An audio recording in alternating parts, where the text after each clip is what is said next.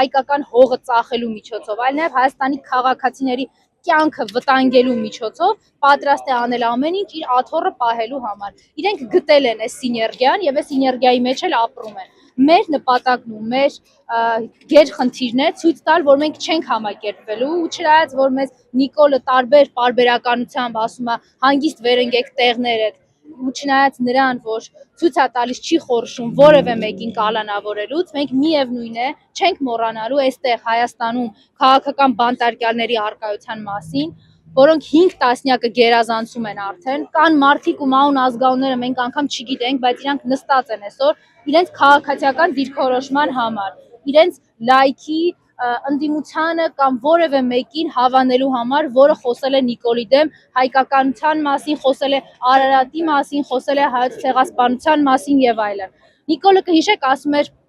պլյուս մինուս 50 մեր զոհերի հետ կապված։ Չկասկածեք ինքը նույն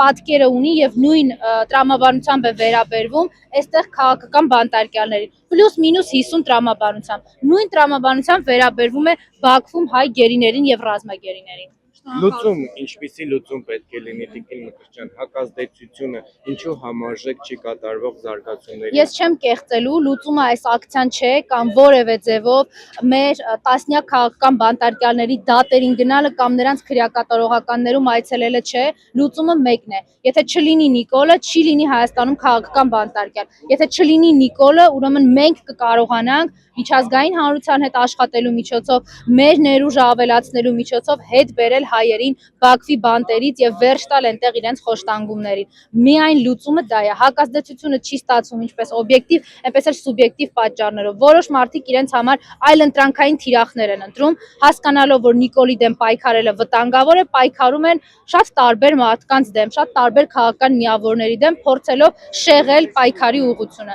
Իսկ օբյեկտիվ է այն իմաստով, որ Նիկոլը ոչ մի բանի առաջ կանգ չի առնում։ Մեզնից ընդամենը մի քանի մետր այն կողմ, մի քանի տարի առաջ իր հրամանով նռնակներ են նետել Հայաստանի քաղաքացիների վրա, պատճառելով մարմնական անդառնալի վնասվածքներ, խեղումներ, առողջությանը ծանր վնասներ եւ որևէ մեկը դրա մասին անգամ չի խոսել, մի քրեական գործ չկա որևէ ոստիկանի նկատմամբ։